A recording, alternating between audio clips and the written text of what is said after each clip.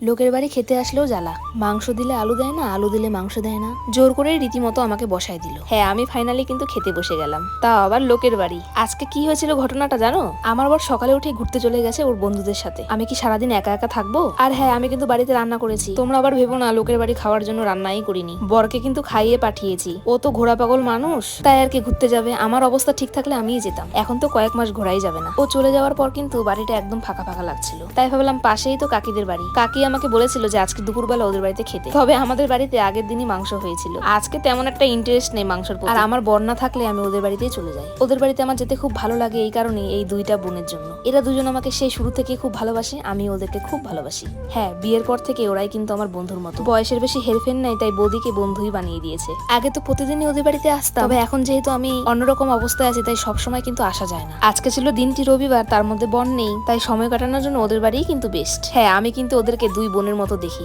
আমাদের বাড়ি থেকে কিন্তু একদম কাছে, 2 পা হাঁটলেই কিন্তু ওদের বাড়ি। ভালোবাসা পেলেই কিন্তু ভালোবাসা পাওয়া যায়, এটা কিন্তু সবসময় বাস্তব।